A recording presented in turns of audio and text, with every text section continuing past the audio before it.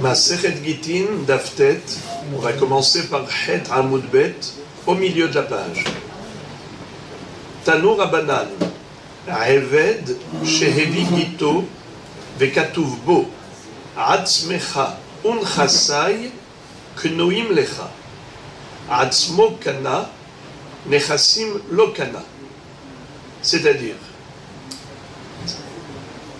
vous savez que de la même manière qu'une femme peut divorcer par le biais d'un guet, c'est comme ça que le mari peut la répudier, ainsi le maître, le propriétaire d'un Eved Kenaani, un esclave cananéen, peut être libéré par son maître par le biais d'un get shihrur, c'est-à-dire qu'il lui écrit Are ata ben horin, en lui écrivant Are ata ben horin, c'est comme un mari qui écrit à sa femme Are at muteret lechol adam, tu es désormais permise à tout homme. C'est cela le principal, le ikar du get. Après on rajoute encore d'autres phrases. Veden diyehvi lechim innai get piturin veigeret shevukin vesefer teruchin. Mais la phrase principale qui réalise la rupture de l'union conjugale, eh bien c'est le get. Get isha. Mais nous avons parallèlement un get shihrur, un get pour libérer et affranchir l'esclave cananéen.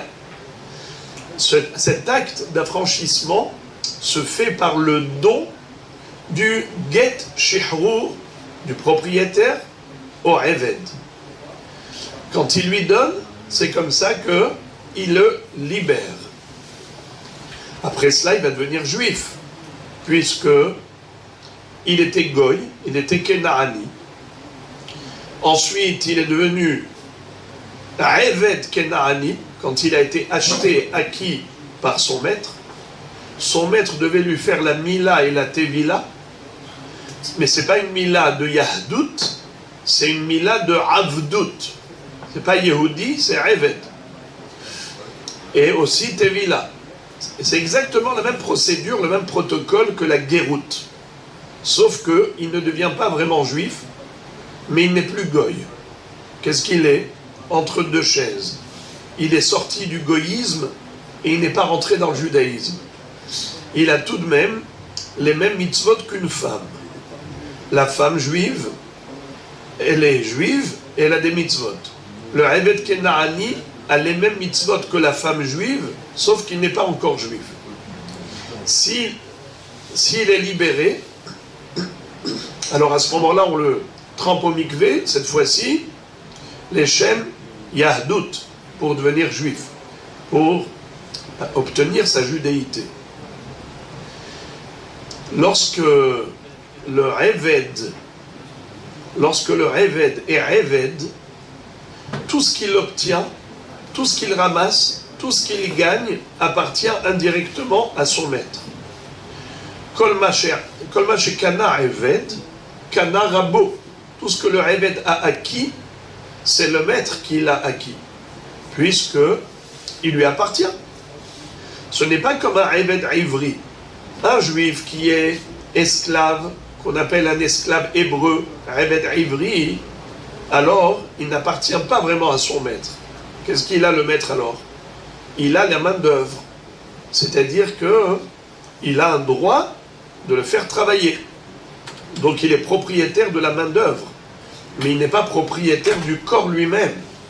Tandis que le Eved Kenaani est lui-même acquis, Keshoro ve Kehamoro. Comme quelqu'un est propriétaire d'un âne, d'un bœuf, il est propriétaire du Eved Kenaani. Pour le libérer, pour l'affranchir, il faut lui donner, comme on a dit, le get shihrur. Et d'où on apprend ça? Que la libération d'un Eved Kenaani se fait par le biais d'un get shihrur. Eh bien, on l'apprend par une Gezerah Shabbat. Il y a écrit le mot là à propos de la femme, il y a écrit le mot là à propos d'une shifha kenaanite, une servante cananéenne. Où est-ce qu'il est écrit là à propos de la femme? Vekatav la sefer keritut venatan biyada et shileha mi beto. S'il veut la répudier, il lui écrira un guet qui lui remettra en main propre, et c'est comme ça qu'il va la renvoyer de chez lui. Tandis que chez la Shifha Kenaanite, il est écrit O hufsha lo nitan la. Elle n'a pas eu de libération.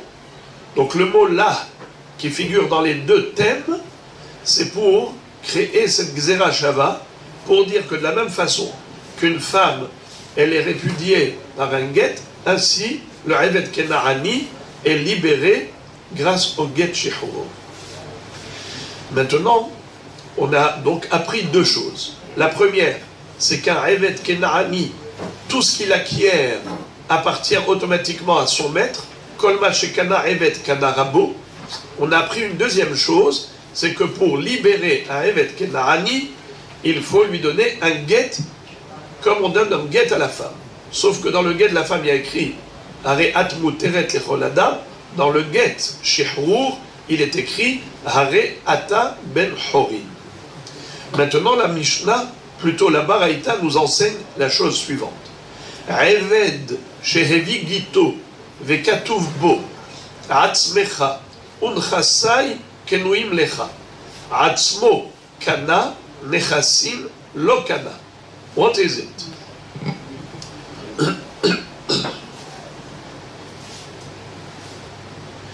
Il est écrit qu'une femme, on a appris au début de la Masechet Gittin, que si un mari a écrit un guet en diaspora, et ensuite il l'a envoyé à son épouse qui habitait Eretz Israël, le Shaliach Haget, qu'est-ce qu'il doit déclarer? Befanai nechtav ou Befanai nechtav. Figurez-vous que c'est exactement pareil pour le guet Shihro.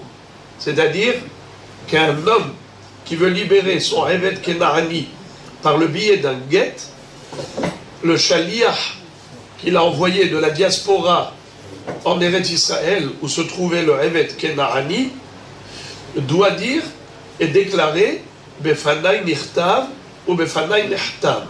Pourquoi? Parce que nous avons les deux problématiques. La problématique de l'Ishma et la problématique de Edim et Tsuim et Kaimo. C'est-à-dire que de la même façon qu'on ne peut pas divorcer avec un guet qui n'a pas été écrit par le sofer pour ce couple précisément, s'il a été écrit juste pour s'entraîner à être sofer, ou il a été écrit même pour un autre couple, eh bien ce guet n'est pas cachère, car il doit être écrit pour ce couple en question qui veut divorcer. C'est ce qu'on appelle l'ishma pour eux. Eh bien la même chose, imaginons deux avadim qui portaient le même nom. Et il y avait un Adon, un maître, qui souhaitait libérer son Eved Kenaani. Il a été chez le sofer et il a fait écrire. Comment on va l'appeler? Le Eved Kenaani, on va l'appeler Dupont. Alors lui, il a écrit pour Monsieur Dupont. Et voilà que son ami, Shimon, Reuven avait un Eved Kenaani. Shimon avait aussi un Eved Kenaani qui s'appelait Dupont.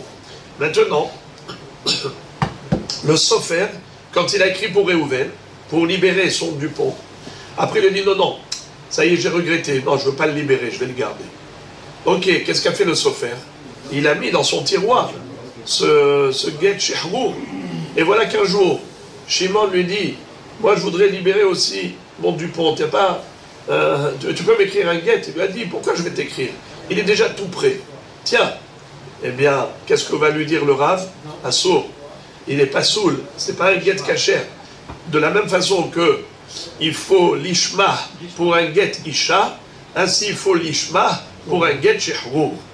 Alors maintenant, la même exigence, la même institution rabbinique qui est en vigueur pour la femme, est en vigueur pour le Evet Kenani, c'est-à-dire si le Adon, qui se trouvait en diaspora, a envoyé un get shihrur par un shaliach à son Evet Kenani qui habitait Israël, figurez-vous que ce shaliach doit déclarer Befanai Nirtav ou Befanai Nehtam, exactement comme on l'a appris pour le shaliach Haget pour une femme.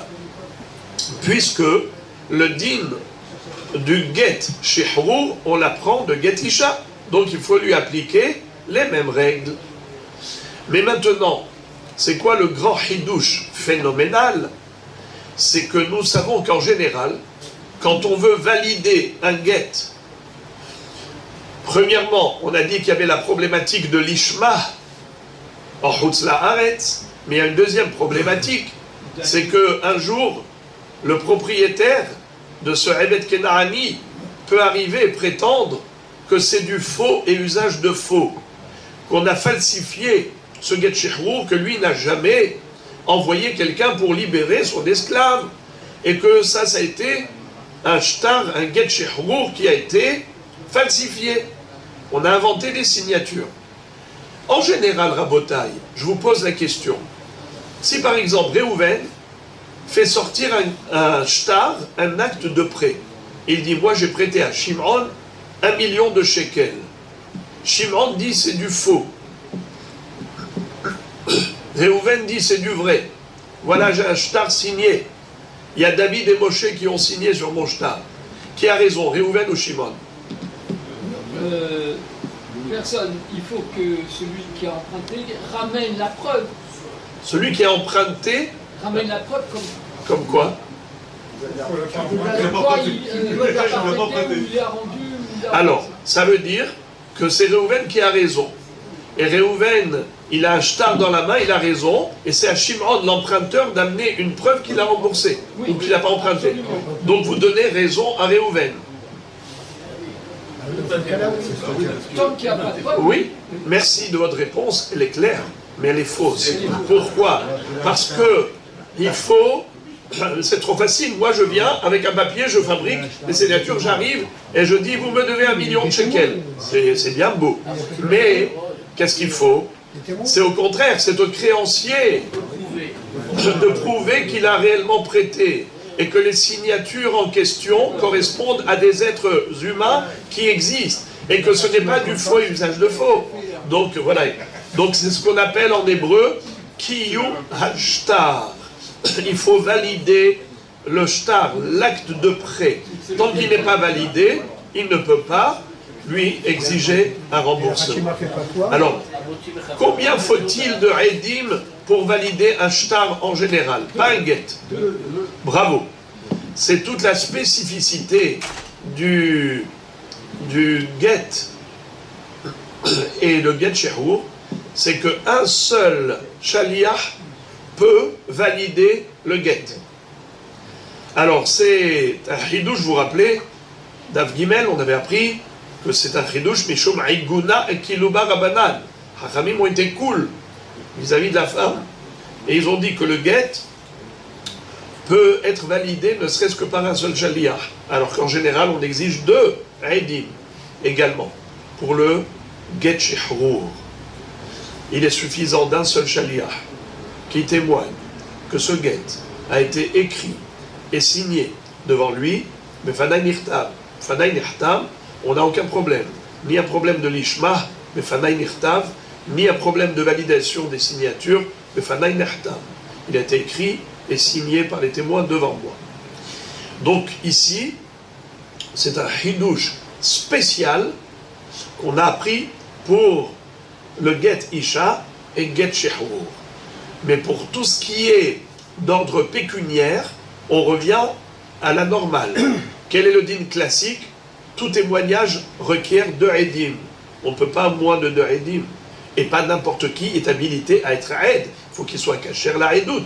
Il y a des personnes qui ne sont pas aptes à être edim. Et pourtant, pour la femme, par exemple, une femme dont le mari est mort, et il y a un aide qui vient et qui dit qu'il est mort, ou même une femme qui vient et qui dit que son mari est mort, on peut croire un seul témoin Même une femme qui généralement n'est pas habilitée à être témoin, là elle est témoin pour le higoun d'une femme qui peut rester comme ça, coincée toute sa vie. Le haguna. Alors à Botaï, qu'est-ce qu'on a appris? Qu'en général, il faut 2 témoins pour tout ce qui est shtarot, shitre mamonot, shitre mamonot. Alors maintenant, regardez le bohidouche, et on va commencer à se lécher les doigts du miel de la Torah. Quel est le din si jamais dans le shtar que le shaliach a apporté de diaspora, il était écrit pour son serviteur qui habitait Eretz Israël, Atzmecha unchasai knuim lecha. Voilà. Traduction. Le Adon, le maître, le propriétaire, a fait écrire par le sofer dans ce Get Shehrur, il lui a écrit dedans 2 choses. Uno, je te libère, tu es affranchi, ce qu'on appelle Atzmecha Kanu Ilecha. Au lieu de dire, merci, au lieu de dire Areata ben Horin, tu es libre, il lui dit Atzmecha Kanu Lecha. Traduction. Toi, tu es acquis par toi. Toi, tu es acquis par toi. Ça veut dire quoi? Toi, tu t'achètes. Parce qu'en général, c'est quoi une libération? Eh bien, la personne, quand elle acquiert sa liberté, c'est qu'elle s'est acquise elle-même. D'accord? Quelqu'un qui appartenait à son maître, dès le moment où elle n'appartient plus à son maître, alors à qui elle appartient? À elle-même. Donc lorsque le maître lui dit « Désormais tu t'appartiens à toi-même », c'est en d'autres termes, tu es libre. Vous posez une bonne question, mais vous dites comment le Hevet Kenahani peut s'auto-acquérir.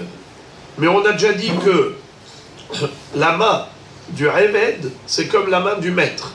Donc c'est comme la main droite qui passe à la main gauche.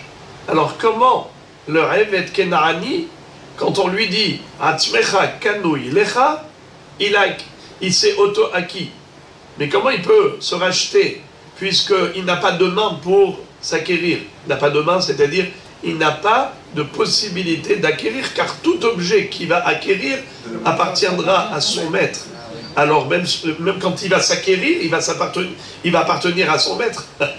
Puisque c'est comme si on fait un tour de la main droite à la main gauche. Bonne question. Eh bien là, il y a un hidouche de Gito Veyado Ba'im Ke'ehad. C'est quoi le hidouche extraordinaire que nous enseignent nos maîtres? C'est que le Hevet Kenahani, quand son maître lui donne le Get Shehrur, qu'est-ce qu'il lui donne? Il lui donne la possibilité d'avoir le Get. Ça veut dire qu'au moment où il lui donne le Get, il lui donne la main pour acquérir le Get. Gito Veyado Ba'im Ke'ehad. Jusqu'à présent, la main du Heved, c'est le prolongement de la main du maître. Mais quand il lui met le Get dans la main, alors en fait, il lui met dans la main la possibilité d'avoir une main. C'est-à-dire qu'il va rompre le lien. Et d'où on le sait? Eh bien parce que la Torah, puisque la Torah a dit qu'on peut affranchir un esclave en lui donnant un guet comme à une femme, alors comment comprendre la philosophie de la Torah? C'est que la rupture qui se fait, après tout, en acquérant le guet, comment est-ce qu'il peut acquérir le guet alors qu'il n'est pas encore autonome? C'est que forcément, ça coupe le cordon ombilical. Le cordon ombilical qui relie. Mais maintenant, ce n'est pas tout.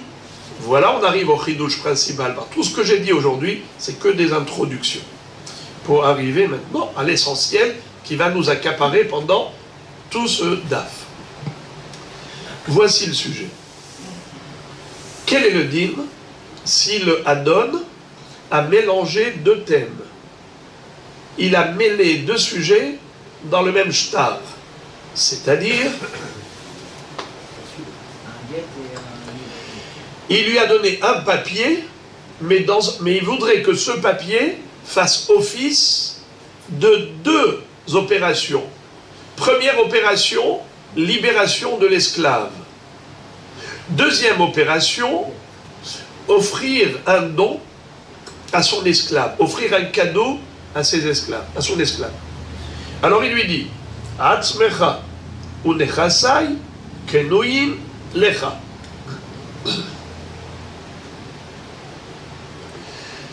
Ce Eved, il était tellement gentil avec son Adon qu'avant de mourir, enfin pas avant de mourir, parce que sinon ça s'appelle Shriv Mera, on ne parle pas de Shriv Mera, mais il lui a dit un jour, écoute, toi tu as été super sympa avec moi toute ma vie, allez, je te fais cadeau.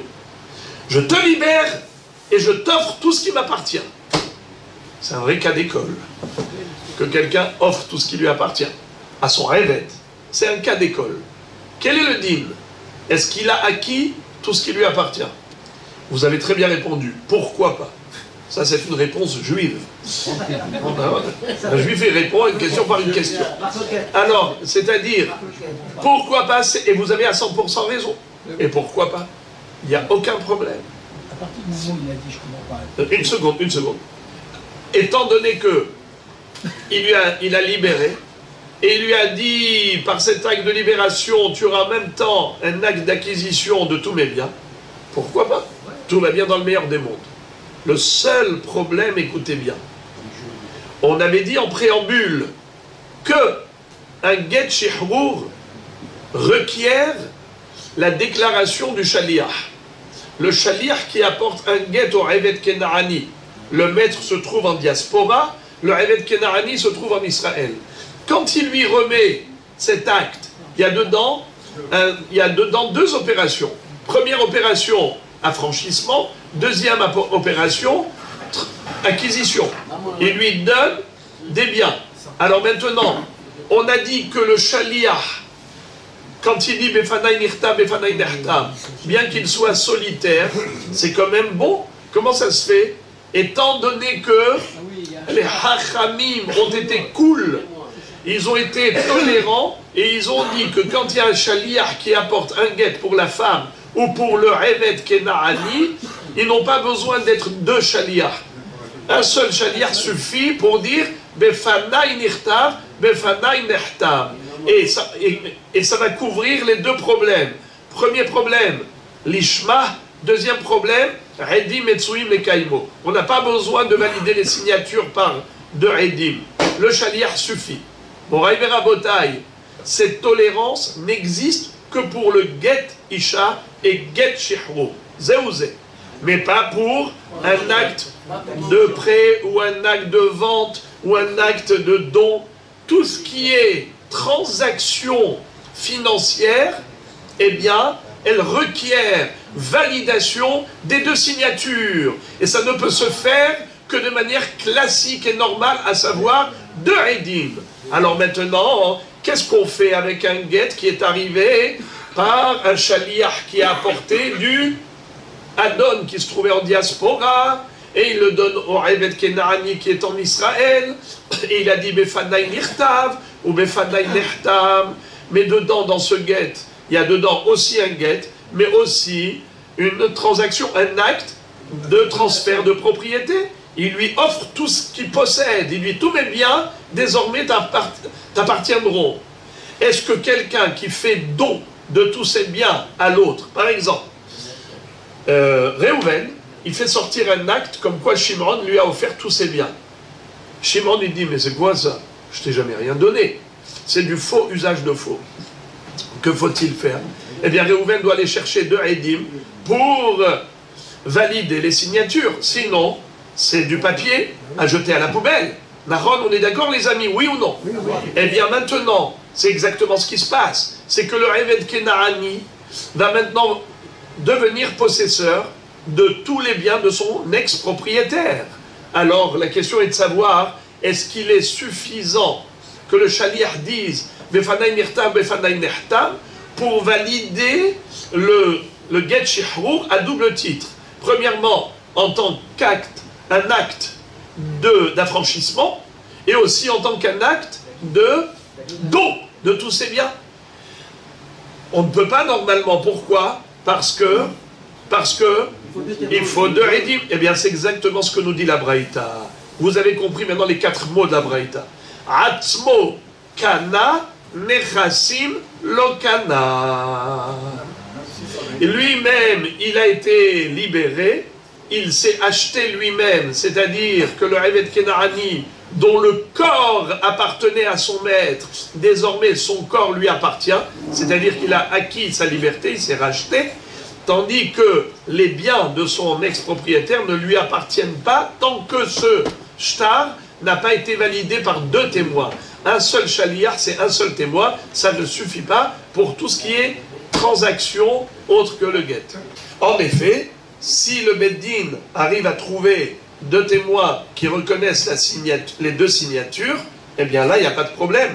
Le Eved Kenaani va pouvoir acquérir tous les biens de son ex-propriétaire, non seulement qu'il aura été affranchi. Jusqu'ici, c'était facile, car on a posé juste les bases. Maintenant, on va rentrer dans des complications. Ibaya leho. Kol nechasai knuim lecha mahu. Amar Abaye mitor shekana atzmo kana nechasi. C'est-à-dire, précédemment, nous avions dit que le shtar, il est scindé en 2.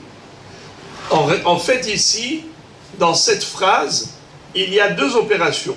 Atzmecha unchasai knuim lecha. C'est quoi atzmecha? Toi-même, tu es acquis par toi-même. Unchasai, et mes biens te sont acquis. N'est-ce pas? Alors, là, ça s'appelle 2 opérations bien distinctes, bien que ce soit écrit dans le même shtar. D'accord. Là, je peux, en quelque sorte, scinder. Je sépare. Et je dis, le befanai nirtam, fanai nehtam, c'est valable pour la partie libération, atzmecha, kanui, lecha. Mais ça ne marche pas pour la deuxième phrase, nechasai, knuim, lecha. Car ce sont 2 mots différents. Atzmecha, toi-même, libération. Nechasai, mes biens. Là, je peux scinder. Mais, lorsqu'il lui dit un autre terme, Kol nechasai knuim lecha, le maître s'est exprimé dans ces termes. Tous mes biens te sont acquis. Tous mes biens te sont acquis. Mais lui en même temps. Bravo! Étant donné qu'il lui a dit Kol nechasai, donc ça inclut quoi? Même le Eved Kenaani, car il fait partie de sa propriété. À partir du moment où il lui a dit Kol nechasai knuim lecha, alors automatiquement il s'est racheté. Amar Abaye mitor shekana atzmo kana nechassim. Abaye nous dit, là c'est spécial. Quand est-ce qu'en effet on va séparer l'acte d'affranchissement de l'acte de legs? C'est seulement lorsque ça a été dit en 2 phrases. Atzmecha unchasai knuim lecha. Mais lorsque c'est englobé dans la même phrase, quand il lui dit Kol nechasai knuim lecha, tous mes biens te sont acquis. Sous-entendu que toi-même, tu es acquis par toi-même. En d'autres termes, tu es libéré, et pas seulement toi tu es libéré, mais tous mes biens te sont acquis. Là, ça marche. Le befanai nirtav ou befanai nehtam, étant donné que ça marche pour le guet, ça marche pour tout. Parce que c'est le même mot. Tu ne peux pas scinder. Il lui a dit Kol nechasai knuim lecha. C'est comme ça que pense Abaye. Amarle Rava, Bishlama atzmo likne midede ava getisha, Et la nechassim lo likne mide de aba kiyum shtaro de alma. Rava dit, je suis pas d'accord. Même si c'est dans la même phrase, il lui dit kol nechasai knuim lecha. Mais nous avons une règle. Et la règle ne peut pas changer par rapport à la formulation du get. La règle, elle est que befanai nirtab, fanai nirtam, c'est suffisant par un seul shaliach.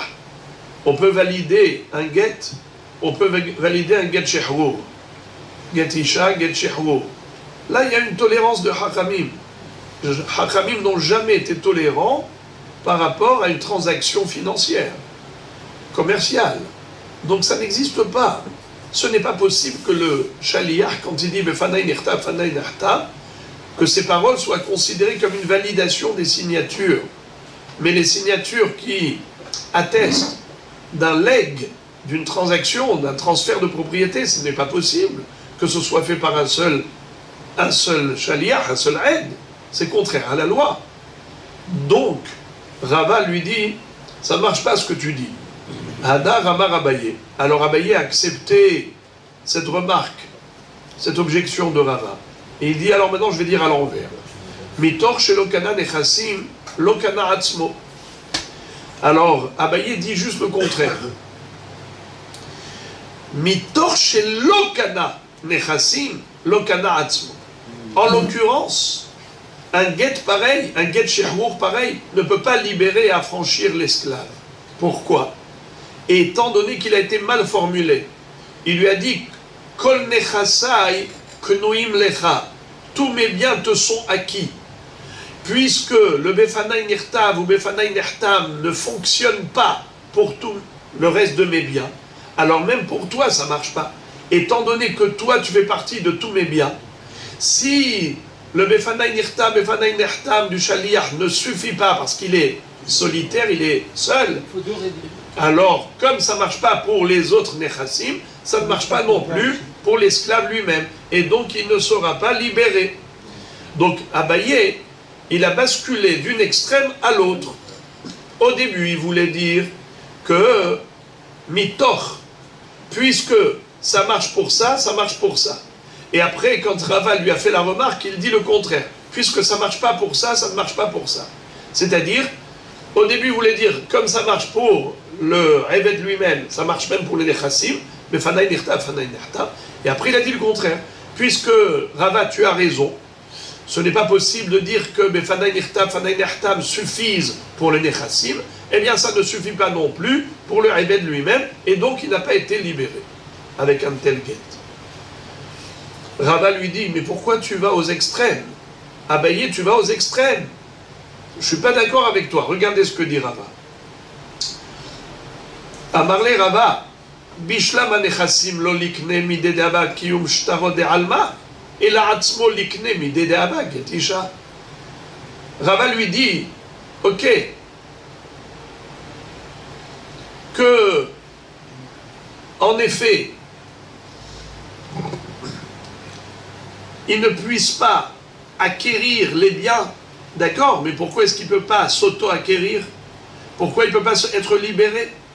Le Befanai Nirtav ou Befanai Nehtam a au moins eu un impact par rapport à sa libération, même si ça n'a pas eu d'impact par rapport aux Nechassim, car les Nechassim nécessitent une validation de 2 témoins. Mais la libération du Eved ne requiert pas 2 témoins. Alors je ne comprends pas pourquoi tu dis non, puisqu'il n'y a pas ça, il n'y a pas de ça non plus. À cause de cela, Rava dit Ela amarava ehadze ve ehadze atzmo kana nechassim lo kana.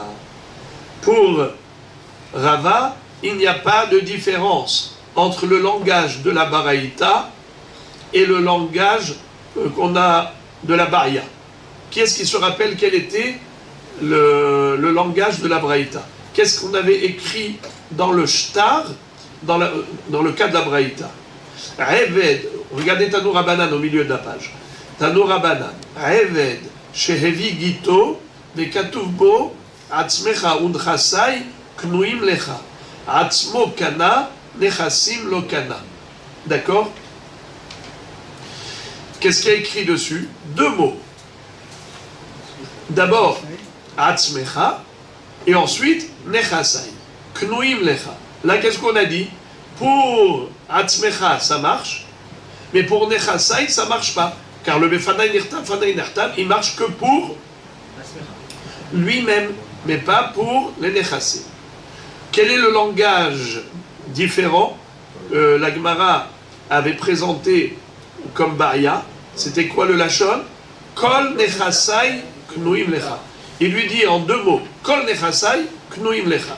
Ça inclut même le Revet Kenani. Alors qu'est-ce que dit Rava?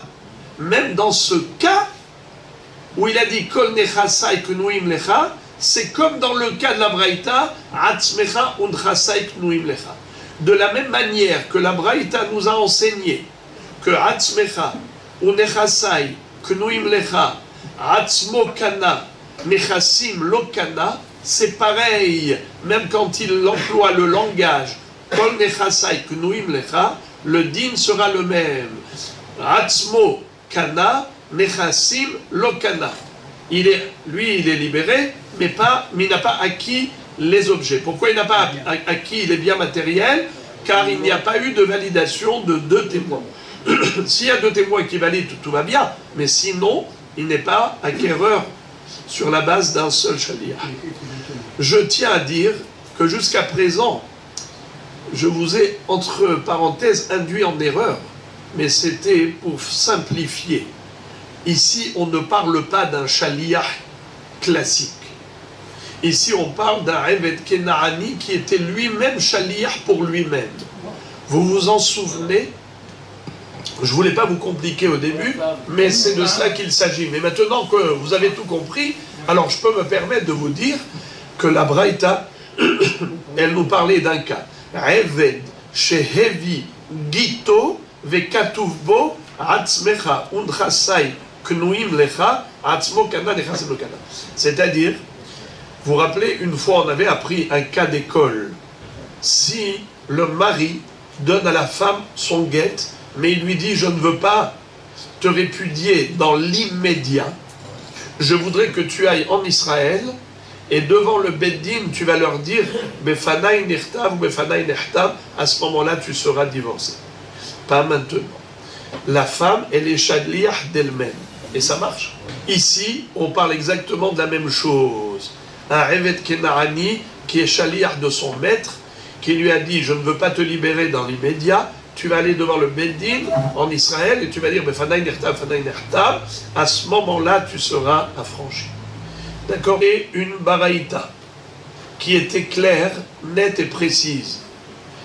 Quel est le din si un shaliach rapporte un get shehrur ou Eved Kenaani où il y a écrit Atzmecha ou Nechasai Knuim Lecha, Atzmo Kana, Nechassim Lokana. Ensuite, quel est le cas de la Baya? C'est si dans le get il y a écrit la même phrase Kol Nechasai Knuim Lecha. Qu'est-ce que voulait dire Abaye? Eh bien, pas seulement lui-même il est libéré, mais même les Nechassim lui sont acquis. Bien que la validation ne s'est faite que par le Shaliach. Fanai Nirta, Fanai Nirta. Rava a objecté en disant mais c'est contraire à la loi. On a trouvé une tolérance pour la libération des Reved, comme pour le divorce d'une femme, Befanai Nirtam, Befanai Nirtam, d'un seul shaliach suffit, mais jamais pour des transactions commerciales. Et donc, le leg de tous ces biens n'est pas validé par un seul shaliach. Alors Rava a dit, alors Abaye est revenu sur ses paroles, il a dit, ok, alors je vais dire le contraire, et je vais dire que de la même façon qu'il n'a pas acquis les biens matériels, ainsi lui-même il ne s'est pas acquis, il ne s'est pas racheté, et donc il n'a pas été libéré. Rava lui dit, pourquoi tu vas dans les extrêmes? Pourquoi tu dis ça? Mais la halakha, elle n'est pas comme ça, la halakha, elle est que pour lui-même, le befanai nirtab, fanai nirtab, ça marche. Pourquoi tu veux lui retirer son droit? Parce qu'il y avait aussi des nechassim qui allaient avec, mais quel rapport les nechassim et lui? Pour les nechassim, ça ne marche pas, mais pour lui, ça marche. Alors, Abaye a dit, alors Rava a dit, c'est la raison pour laquelle, pour moi, c'est clair, net et précis, qu'il faut scinder les choses. Il faut séparer les choses. Dans le sens où, en effet, lui-même il est libéré, bien que les nechassim ne lui sont pas acquis. Ok, maintenant, il va y avoir une remarque de fait par Rav Ada bar Matna à Rava. Amar le Rav Ada bar Matna le Rava. Keman, Kerabbi Shimon, de Amar Palginan Dibura. Rava, ce que tu es en train de dire, ça s'appelle Palginan Dibura. Vous savez qu'est-ce que c'est que Palginan Dibura en araméen? Palginan Dibura, en français, ça veut dire diviser la parole. Les halek et adibur.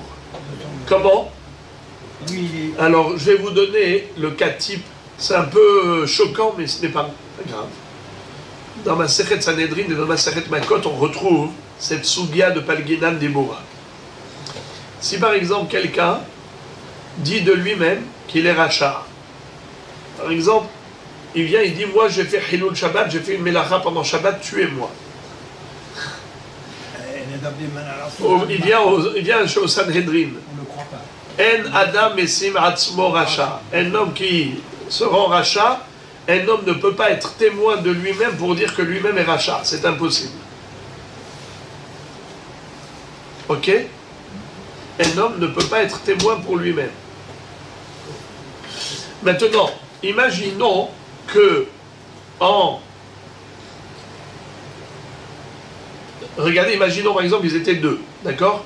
Il n'y a pas que lui qui a dit, moi j'ai fait cette avéra. Il y avait un autre témoin qui a dit, oui, c'est vrai. Moi je suis témoin qu'il a fait la avéra Shabbat, qu'il était averti, tuez-le. Il dit, oui, moi je suis témoin avec lui. On est deux à témoigner que j'ai fait la avéra de Hilul Shabbat. Ça ne marche pas. Pourquoi? Parce que lui, il est disqualifié. En tant que témoin, il est disqualifié. Il faut deux témoins par lui. Lui, il ne peut pas être témoin pour lui-même. D'accord. Maintenant, imaginons deux témoins. Regardez ça. Le bonhomme, il dit qu'il a une relation homosexuelle avec quelqu'un d'autre. Alors, il dit comme ça. Ploni, Revaani, Lirtsoni. Monsieur Untel a eu une relation homosexuelle avec lui, avec sa volonté. Il dit, j'étais d'accord, j'étais consentant. Et il y a encore quelqu'un d'autre qui vient avec lui, qui dit, oui, j'ai vu. Il était consentant. Est-ce qu'on peut lui infliger la peine capitale parce qu'il y a deux témoins qui disent qu'il a été averti lui-même et l'autre? Non, on ne peut pas. Comme on vient de dire, En Adam Mesim Atzmo Racha. Un homme ne peut pas s'accabler lui-même, c'est-à-dire, il ne peut pas s'auto-condamner, car un homme ne peut pas être témoin pour lui-même. On ne peut pas être juge et parti, on ne peut pas être témoin et parti. Maintenant, quel est le din par rapport à l'autre? Imaginons, lui il s'appelle Shimon, l'autre il s'appelle Réhouven. Ils sont deux à dire que Réhouven a une relation homosexuelle avec lui. C'est bon. Alors, est-ce que on peut condamner Réhouven à mort dans le Sanhedrin si les deux prétendent qu'il avait été averti et tout de même il a eu cette relation homosexuelle? Répondez par oui ou par non. Donc, parce qu'il On pourrait, mais là, vous avez dit qu'il y avait deux si témoins. on sort les deux. Voilà, on pourrait, parce qu'il y a deux, mais après, le premier, alors, vous avez parlé, puisque l'acte, c'est le même acte. On fait un Très bien, bravo. Étant donné que c'est le même acte, s'il n'est pas témoin pour lui-même, il ne peut pas être témoin pour l'autre. C'est-à-dire qu'il parle de la même chose. Eh bien, figurez-vous, vous allez être choqués. On dit Palginam Dibura. On coupe la parole en deux. Et on dit, comme s'il y a ici deux histoires. Une histoire, Réhouven a une relation homosexuelle, Shimon a subi une relation homosexuelle. Alors, pour Shimon, on ne le croit pas, mais pour Réhouven, on le croit.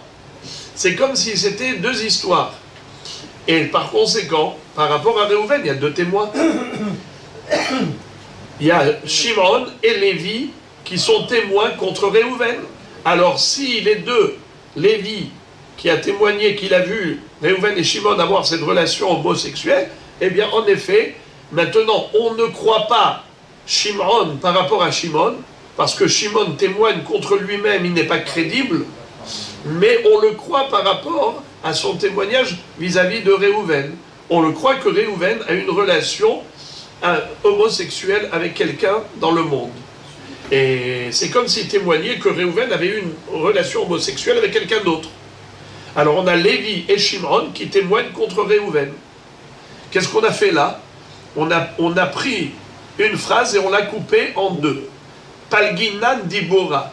On scinde la parole en deux. Ok? Rabotai. Maintenant, je vous ai donné l'exemple type de Palginan dibora dans ma Maseret Makot et Sanhedrin. Cette notion de Palginan dibora qu'on retrouve dans ma Maseret Makot, on va en parler ici, mais bien que ce soit semblable, ce n'est pas identique. Vous allez voir que ce n'est pas vraiment le même Palginan dibora. Palginan dibora là-bas, regardez comment elle était la phrase. Peloni, un tel, Revaani, Lirtsoni. Il a violé, entre guillemets, si on peut dire comme ça, m'a violé en étant consentant. D'accord? Il a une relation avec moi en étant consentant. J'étais consentant. Qu'est-ce qu'on fait? On prend des ciseaux et on coupe et on dit Peloni Rava. Le ni, l'irtsoni, on coupe et on l'enlève. On le croit pour Peloni Rava, mais on ne le croit pas pour Ploni Revaani l'irtsoni. Donc la parole elle-même, elle est scindée. Mais ici, on ne va pas scinder la parole elle-même. On va scinder l'objet de la parole.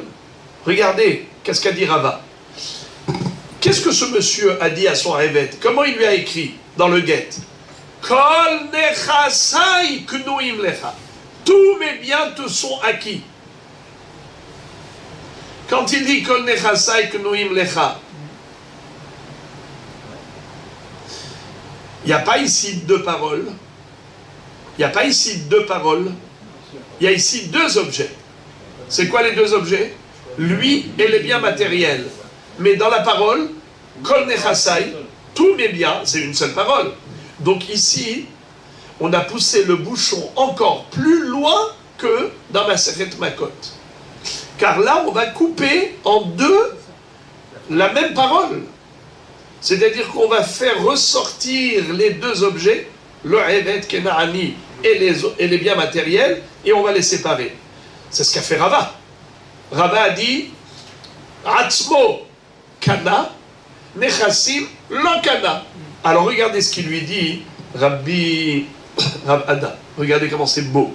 Amarle Rav Ada bar Matna les Rava. Keman.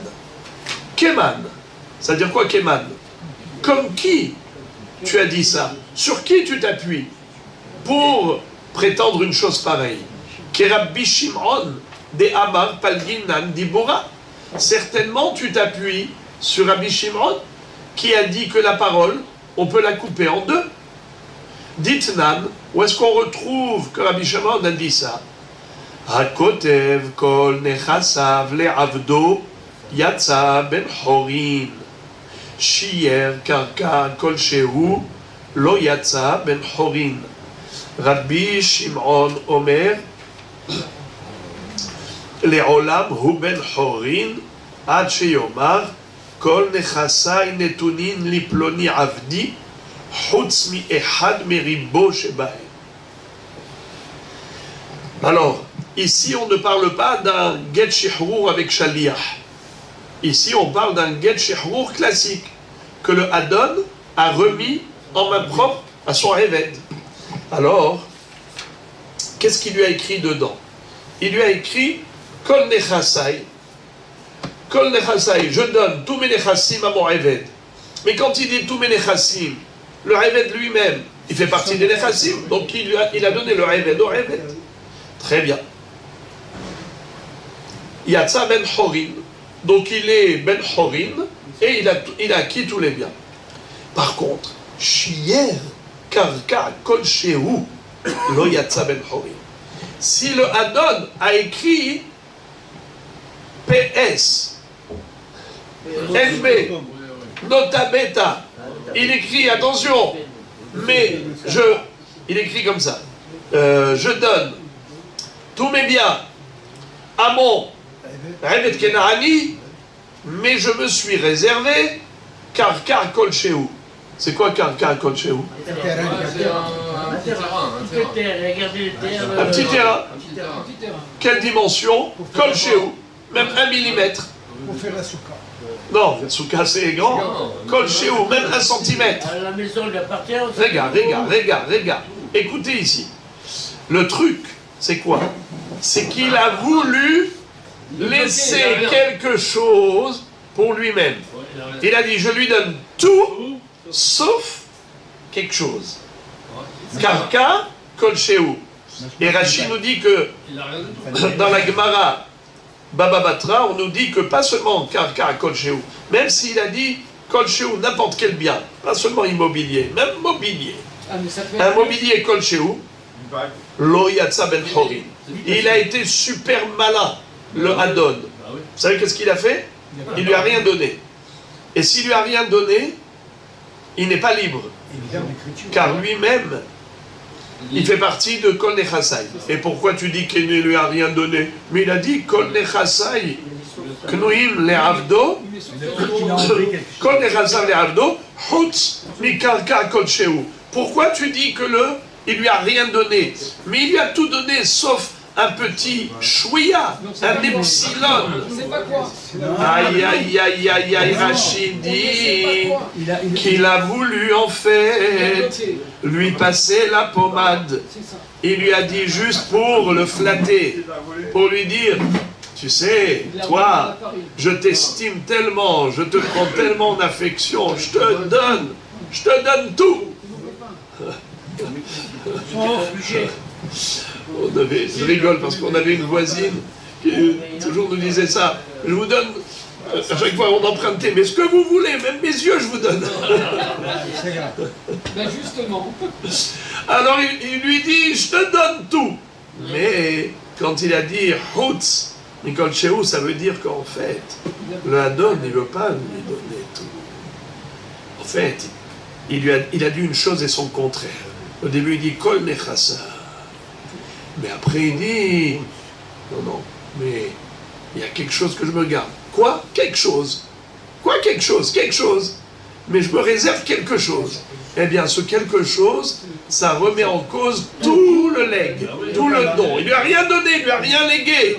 Et alors, dans ce cas-là, pourquoi il lui a fait ça? C'est quoi? Il se moque de lui? Non, c'est pour qu'il travaille un peu mieux. Pour lui montrer qu'il affectionne et que, voilà, pour toi, regarde tout ce que j'ai écrit. C'est pour te dire, c'est la carotte. C'est pour lui donner la sensation qu'il aurait été prêt de tout lui donner. Mais en fait, il lui a rien donné. C'est qui a dit ça? Tanakama. Lo Yatsa Ben Horin.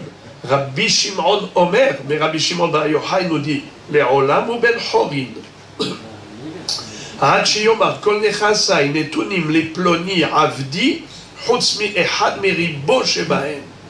que ça veut dire? Quand est-ce que Rabbi Shimon il dit non, ça marche.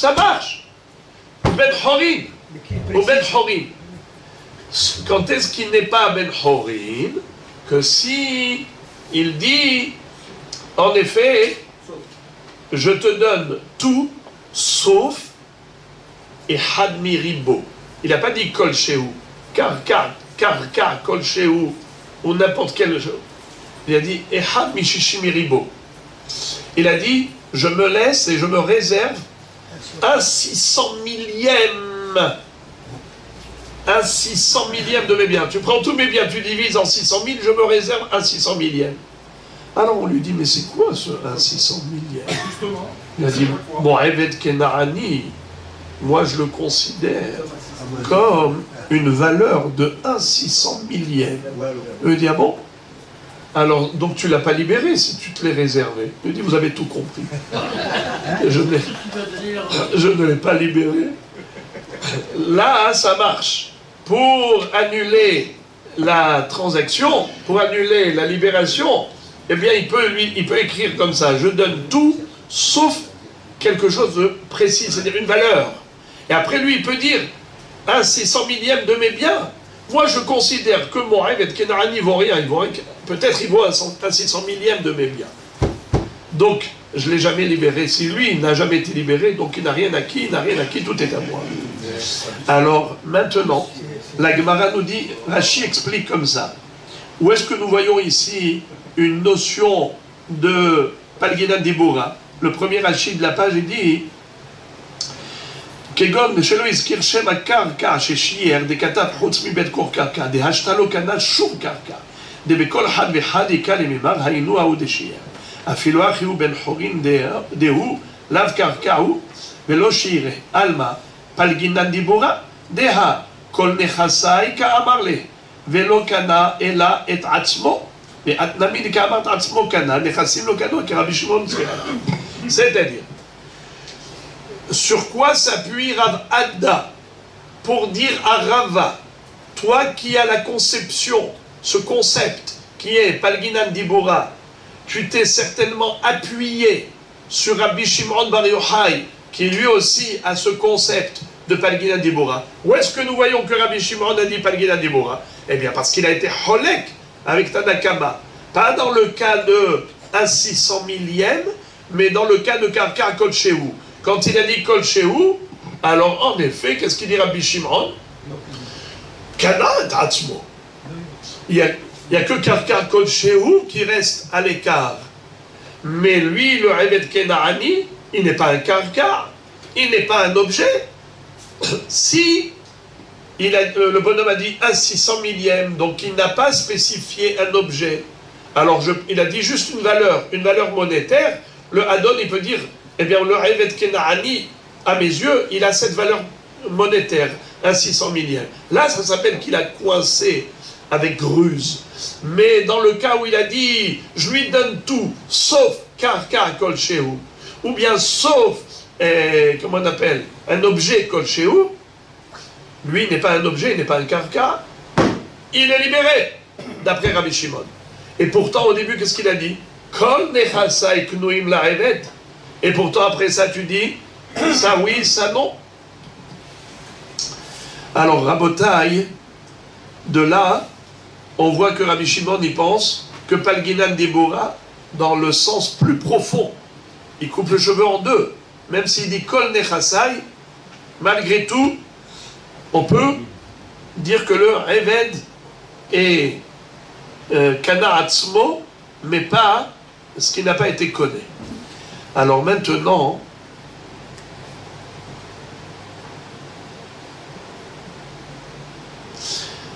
la Gemara, ok, tout va bien. Rava, il s'appuie sur Rabbi Shimon. Alors quel est le problème de Rav Adda? Regardez la beauté de la question. Ve'amar Rav Yosef bar Maniomi, amar Rav Nachman, afalpi shekiles Rabbi aussi et Rabbi Shimon, alacha ke Rabbi Meir, Detanya, כשנאמרו דברים לפני רבי יוסי, קרא עליו המקרא הזה, שפתיים משק משיב דברים נכוחים. C'est-à-dire, dans la Braïta, elle continue, elle dit comme ça. Quand on a raconté à Rabbi Yossi le bohidouche de Rabbi Shimon Bar Yochai, il a dit, ah, quel bohidouche! Matok mikdevash. Sfatay mishak meshiv devarim nechochim. Si on traduit littéralement, les lèvres embrasseront celui qui dit des paroles justes et droites, judicieuses. Donc il a appliqué le pasouk de Sfatay mishak à Rabbi Shimon pour dire, je lui donne raison. Mais il y a une autre explication. Le mot Sfatay mishak meshiv devarim nechochim, ça veut dire le mot Ishak. C'est quoi Ishak? Neshika, c'est embrasser. Mais vous connaissez aussi le mot Hashaka? Oui, dans le mikvé. Bravo. Le mikvé. Quand on a un bassin qui est à droite, un bassin à gauche. Il y a un bassin d'eau de pluie, il y a un bassin d'eau du robinet. S'il y a un trou entre les deux qui fait le vase communicant, eh bien, le bassin d'eau du robinet devient cachère grâce à la connexion avec le bassin d'eau de pluie. Alors, comment ça s'appelle la connexion vase communicant à chacun. Alors regardez, deux lèvres qui sont fermées. Quand quelqu'un parle, il a les lèvres ouvertes. Quand quelqu'un se tait, il a les lèvres fermées. Sfataim ishak meshiv dvarim nechochim. Quelqu'un qui dit des choses justes, eh bien, on les écoute attentivement et on ferme ses lèvres parce qu'on ne veut pas parler, on veut écouter. Quelqu'un qui dit quelque chose de convaincant, alors les gens l'écoutent avec les lèvres mushakim, la bouche fermée. Sfataim ishak meshiv dvarim nechochim. Elles se touchent les lèvres quand on ferme la bouche. Ainsi, Rabbi Shimon, il a dit des choses judicieuses. Mais la Braïta nous dit Af al pi shekiles Rabbi Yossi et Rabbi Shimon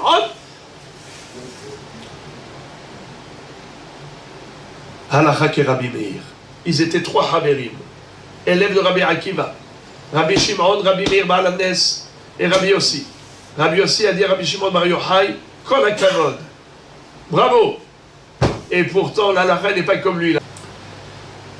La halakha est comme Rabbi Meir. Qu'est-ce que ça veut dire la halakha est comme Rabbi Meir? C'est qui Rabbi Meir? C'est le Tanakama de Rabbi Shimon. C'est lui Rabbi Meir. Stam Mishnah, Rabbi Meir. Donc Rabbi Meir, qu'est-ce qu'il avait dit? Que quand quelqu'un dit Kol nechasai le avdi, chutz mikarka kodsheu, lo kana et atzmo. Lo kana et atzmo. Donc on ne dit pas Palginan Dibora, d'après Rabbi Meir. C'est ça la Kushia maintenant contre Rava. La Kushia contre Rava, comment tu peux dire que halakha de Palginan Dibora, mais tu t'appuies sur Rabbi Shimon? Mais la halakha n'est pas comme Rabbi Shimon, la halakha est comme Rabbi Meir, bien que Rabbi aussi ait félicité Rabbi Shimon. C'est ça la Kushia de Rav Adda. Et maintenant, la Gemara n'a pas répondu à cette Kushia, mais elle va poser une autre contradiction. Au Miyama Rav Nachman Hachi, est-ce que Bémet Rav Nachman, il est posé que la halakha comme Rabbi Meir, Ve'amar Rav Yosef Bar, qu'on ne dit pas Palginan Dibora, Ve'amar Rav Yosef Bar Maniou, Miyama Rav Nachman, Shriv Mera, Shekatav Kol Nechasav Le Avdo, Ve'amad, Choser Banechassim, Ve'eno Choser Ba'eved. Choser Banechassim, Matnat Shriv Mera, Ve'eno Choser Ba'eved, Share Yatsa Alav Shem Ben Chori. Qu'est-ce que ça veut dire? Vous savez que un Shriv Mera, un homme qui est mourant, qui risque, il est agonisant, il risque de mourir à chaque instant, lorsqu'il il dit de donner quelque chose à un tel ou à un tel, Kol divrei Shriv Mera, Kektuvin Vekim Sovin Damu. C'est comme si ça a été écrit et donné. Kalva Homer, s'il a fait écrire un acte notarié et il a dit, il a ordonné un testament, il a dit donnez ceci, donnez cela à un tel, à un tel. Imaginons que le mourant a dit de tout donner à son esclave, cananéen, à Evet Kenaani. Il a servi fidèlement toute sa vie, il dit je voudrais lui offrir tous mes biens. Et voilà qu'il y a eu un miracle médical. Le mourant a survécu. Alors maintenant, qu'est-ce qu'il fait? Lui, il était super riche, maintenant il est super pauvre. Il a tout donné à son Evet Kenaani. Nous avons une règle. Quand un Shriv Mera donne, il donne parce qu'il croit qu'il va mourir. Mais s'il savait qu'il allait survivre, jamais il n'aurait donné.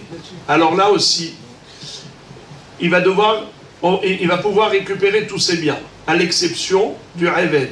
Puisqu'il a tout donné au Eved et le Eved est devenu Ben Horin, eh bien, Chachamim ont dit, puisqu'il est appelé Ben Horin, il a été libéré, alors il ne va pas à nouveau être asservi, soumis à l'esclavage. Par contre, tous les biens, il doit les restituer.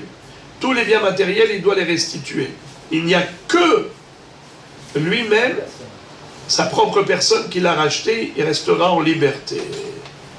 Donc maintenant, ici on a deux choses. Qu'est-ce qu'on a dans ce shtar? On a la libération du Eved et on a l'acquisition de tous ces biens par le Eved. Et pourtant, qu'est-ce que dit Rav Nachman? Amar Rav Nachman, Shriv Mera shekatav kol nechasav le'avdo ve'amad, choser b'nechasim ve'eno choser ba'eved. Choser b'nechasim matnat Shriv Mera ou ve'eno choser ba'eved, shari yatsa alav shem ben chorin. Donc tu vois qu'il applique le concept de Palginan Dibora. Tu vois qu'il a divisé et scindé la parole en deux. Pour le Eved, il est libre. Pour les Nechassim, ils sont restitués à leur propriétaire qui a survécu. Alors pourquoi Rav Nachman se contredit et dit que la halakha est comme Rabbi Meir qui n'admet pas le Palginan Dibora? Et là, Maravashi, Hatam Ainutama, Mishum Delav Kerot Gitaou. C'est trop beau ce que donne comme explication Rav Ashi. Il dit, tu veux savoir pourquoi Rabbi Meir pense que le Eved Kenaani n'est pas sorti en liberté, quand le Adon a dit, je lui ai tout donné, sauf un Shouya. Je lui ai tout donné, sauf qu'un Kol Shehu. Pourquoi Rabbi Meir nous dit Lo yatsa la herut? Il a laissé quelque chose. Il a laissé quelque chose, mais il a dit Karka. Il a dit Karka, Kol Shehu. Lui, c'est pas un Karka.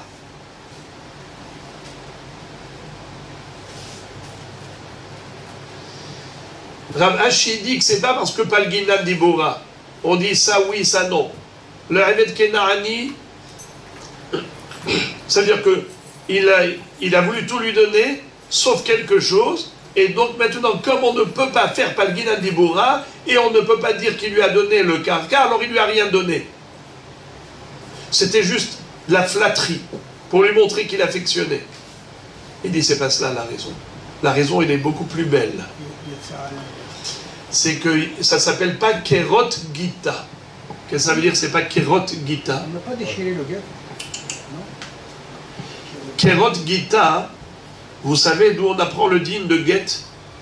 Qui peut me dire d'où on apprend le din de Get? Donnez-moi le livre, je le cherchais. D'où on apprend le din du Get? Bravo! Les Katabla Sefer Keritout. Il va lui écrire un livre de rupture.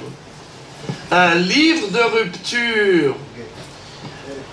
Rabotaï, je vous pose une question. Attendez. Quel est le din si par exemple un homme dit à sa femme, voilà, je te donne le guet, mais à condition que toute ta vie, tu m'apportes, on va dire tous les mois, tu me donnes 100 shekels. Jusqu'à la fin de tes jours. Est-ce que le guet est valable? Non. Pourquoi non? Parce qu'il a pas la libère, elle a rien. Bravo.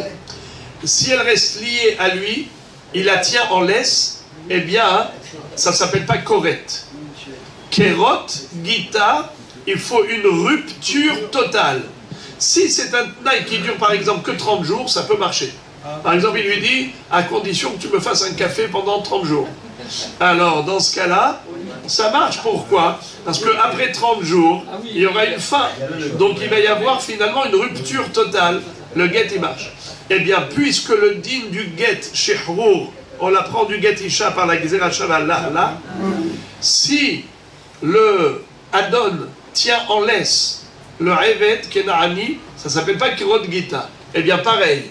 Étant donné que dans le même shtar, il a écrit « Je te donne tous mes biens, sauf Karka Kol Shehu », étant donné que c'est dans le même get, et ce n'est pas correct, alors il y a un problème de Kritout. C'est faire Kritout. Voilà pourquoi, d'après Rabbi Meir, il n'a pas été libéré. Non pas parce que Rabbi Meir n'est pas d'accord avec le concept de Palginan Dibora. Fort possible que Rabbi Meir accepte la notion de Palginan Dibora. Alors pourquoi est-ce que, s'il n'y a Palginan Dibora, pourquoi est-ce qu'il ne dit pas comme Rabbi Shimon que ce Eved a été libéré? Il dit parce que c'est pour une autre raison. c'est parce que le shtar n'est pas correct. Il n'a pas été formulé dans une formulation de rupture, vu qu'il a dit « je donne tout sauf ». Le sauf, car kolchéou, eh bien c'est quelque chose qui met un... comment on appelle ça? Il y a encore un lien, il y a encore quelque chose. Tout sauf, ça veut dire qu'il n'a pas coupé complètement le cordon ombilical. Il y a un houtz. À partir du moment où il dit sauf, ça veut dire que cet acte-là qui était censé créer la rupture est une rupture relative et pas absolue. Bon, voilà comment ça a été une belle réponse. Rabotaï, vous entendez maintenant? Automatiquement, ça répond aussi à la question qu'on avait sur Rava. On répond en même temps. Ravashi a donné ici une idée ingénieuse qui répond à deux questions en même temps. Premièrement, Rav Nachman ne se contredit pas. Et deuxièmement, la question qu'on avait posée à Rava, à partir de cette baraïta, n'est plus une question. Rava a 100% raison d'appliquer le Palginan d'Ibura. Et il s'est appuyé sur qui? Sur Rabbi Shimon. Mais même sur Rabbi Meir. Ah, tu vas me dire, mais Rabbi Meir n'a pas appliqué le Palginan d'Ibura? Faux! Rabbi Meir, il est d'accord avec le Palginan d'Ibura dans l'absolu. Fort possible qu'il est d'accord. Alors pourquoi est-ce qu'ici, il a dit qu'il n'est pas libéré? C'est pour une autre raison. C'est parce qu'il n'y a pas Kerot Gita, car le get a été formulé d'une manière où la rupture n'est que relative et pas absolue. Elle n'est pas totale. On va terminer le sujet. Et maintenant, la Gemara, une fois qu'elle a terminé le sujet de Palgina Dibura, passons à autre chose. Im yesh alav orerim, itkayem bechotmar. Arar kama. Vous vous rappelez la Mishnah? Qu'est-ce qu'elle nous avait enseigné? On avait appris que si quelqu'un apporte un guet en Eretz Israël, le mari et la femme, tous les deux, habitent en Israël. Le mari a envoyé par un shaliach le guet à sa femme. Est-ce qu'il a besoin de dire « Fadaï nirtam, fadaï nertam » ? Bravo. En Israël, inutile. Mais la Mishnah conclut en disant « Im yesh alav orerim, itkayem bechotmar » Mais s'il y a une remise en cause de la signature, des signatures des témoins, alors il va falloir valider le get, il va falloir valider le get, normalement, avec deux edim, n'est-ce pas, puisque le shaliach n'avait pas dit befanai nirtam, befanai nertam. Maintenant que on a un get qui est remis en cause, eh bien il faut deux edim pour valider, soit les deux signataires eux-mêmes, soit deux personnes qui reconnaissent la signature des deux signataires. La Gemara pose la question Arar Kama, c'est-à-dire, quand on dit il y a quelqu'un qui a remis en cause, on a remis en cause le guet. C'est qui a remis en cause le guet et combien de personnes? Alors il n'y a pas écrit. Il y a écrit Kara Alam Arar. Qu'est-ce qu'il y a Alam Orerin? C'est qui est Me'arer et combien de personnes? El Ma'ar Had, Ve'amar Rabbi Yochanan divrei akol en Arar, Pachot Mishnaim. C'est-à-dire, Rabbi Yochanan nous a enseigné que le Beddin ne prenne même pas en considération la remise en cause par un seul témoin. Quand un témoin il vient au Beddin, il dit Moraï Verabotaï, je viens remettre en cause tel shtar ou tel gued. Le Beddin lui disent Monsieur, tu es seul, retourne chez toi. Ou vous êtes deux, ou bien c'est pas la peine de venir. Alors, il n'y a pas d'appel, il n'y a pas de remise en cause s'il n'y a pas de témoin. Alors, la Gemara dit donc forcément, quand la Mishnah a dit Im yesh alav orerin, c'est orerin, c'est combien? Deux. Alors on a deux témoins. Alors qu'est-ce que la Mishnah nous dit? Comment on va faire pour parer au problème? Comment on va faire maintenant pour résoudre le problème du harar, de la remise en cause? Il y a deux témoins qui sont venus pour dire ce guet est faux. Alors maintenant, qu'est-ce qui va se passer? Il faut deux témoins. Il faut aller chercher deux témoins pour reconnaître les signatures. D'accord? On va chercher 2 témoins. Qu'est-ce qu'ils vont dire les 2 témoins? On reconnaît les signatures. Alors on a 2 contre 2. Il y a 2 témoins qui disent ce guet c'est du faux, usage de faux. Et on a 2 témoins qui disent il est vrai, il est vrai. Alors qu'est-ce qu'on fait quand on a 2 contre 2? On croit ceux qui ont dit qu'il est vrai, on croit les deuxièmes. 2 contre 2, c'est match nul. On ne croit personne. Et donc, si on ne croit personne, il n'y a pas de guet. S'il n'y a pas de guet, comment tu as dit qu'il suffit de valider le guet par les signataires? Je pensais que comme il y avait 2 autres édimes qui venaient contredire les deux... Vous confondez avec Edim Zomemim, car on croit les 2 derniers témoins qui ont dit aux 2 premiers, vous étiez avec nous ailleurs. Mais ce n'est pas de cela qu'on parle. Ici, on parle du guet lui-même. Il y en a 2 qui disent qu'il est vrai, il y en a 2 qui disent qu'il est faux. Comment tu peux dire qu'il est vrai? Il n'y aura jamais gain de cause, puisqu'il n'y a toujours que 2 signatures. D'accord. La Gemara dit, Maïhazit de Samart Ahane, Smor Ahane. Pourquoi tu t'appuies sur les 2 premiers, sur les 2, pardon, qui valident? Tu peux aussi t'appuyer sur les 2 qui invalident. Et là, et là, on est obligé de dire que, ici, celui qui remet en cause, c'est le mari lui-même. En général, un seul témoin ne peut pas invalider. Mais quand c'est le mari lui-même qui dit « moi je n'ai jamais envoyé de guet », alors c'est sûr que c'est une remise en cause. Là, c'est sûr que le guet est problématique. Qu'est-ce qu'on fait pour résoudre le problème de la remise en cause du mari?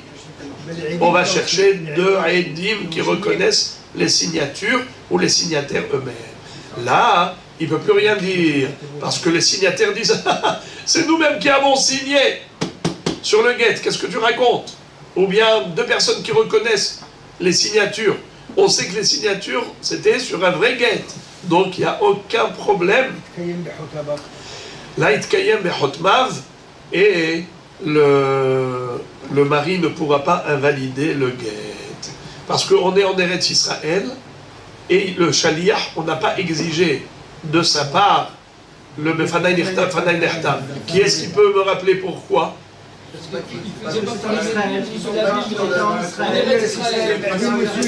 En Israël, il n'y a aucun des 2 problèmes. Ni le problème de l'Ishma, ni le problème de Edim Metsuim Nekaimo. Vu qu'il y a toujours des transports en commun, ce qui fait qu'il y a toujours la possibilité de valider, de trouver des témoins qui reconnaissent. Rabotai, je vous pose une question piège. Quel est le din si en Eretz Israël, où le shaliach n'est pas obligé de dire Befanay Nirtav ou Befanay Nechtam, il a tout de même dit Befanay Nirtav ou Befanay Nechtam. On l'a vu ça. Est-ce que ça suffit, même si le mari après va venir remettre en cause le guet, ça va suffire? Ou bien on va dire que quand est-ce que le shaliach suffit contre le mari qui remet en cause? C'est seulement quand c'est un guet qui vient de Hutzla Aretz, où les Hachamim ont dit que un shaliach suffit. Alors là, il a la crédibilité qui est plus forte que celle du mari, car les Hachamim lui ont accordé crédibilité. Mais dans le cas où on est en Eretz Israël, où les Hachamim n'ont jamais parlé de shaliach qui dit Befanay Nirta, Befanay Nirta, ils n'ont jamais exigé ça du shaliach. Donc maintenant, le shaliach de lui-même, il a dit Befanay Nirta, Befanay Nirta. Est-ce que c'est suffisant contre le mari? Ça sécurise Est-ce que ça sécurise le guet? Oui, parce qu'il n'était pas obligé, il l'a dit. Ou est-ce que vous avez vu que oui? On l'avait vu quand il y avait Vous Hiro. avez dit que s'il le posait, ça sécurisait. Bravo. C'était Rav qui avait dit, dans Davar Amoudbet, il lui avait dit Ve'iravat Ahnit. Vous vous rappelez? C'était, là-bas on parlait de Babylonie, de la ville de Néardéa, Soura et tout cela. Il lui a dit, est-ce que j'ai besoin de dire Fananirta, Fananirta? Il lui a dit, t'as pas besoin. Ve'iravat Ahnit. C'est-à-dire, Maï'iravat, la Gemara dit, Maï'iravat Ahnit, de Iyate Baal Me'av'er, Lo Mashgehinan Be. Extraordinaire. Que, bien qu'on n'ait pas exigé cela, c'est pas une obligation, mais si le shaliach de lui-même a dit Befanay Nirtam, Fanay Nirtam en Israël, c'est exactement comme à Soura et à Néardéa, où on n'avait pas le problème de l'Ishma, on n'a pas le problème de transport en commun. Rav avait dit, tu n'es pas obligé de le dire, mais si tu le fais, eh bien tu lui rendras service à la femme, comme ça son mari, même si un jour il vient remettre en cause le guet, eh bien on ne prendra pas en considération les paroles du mari.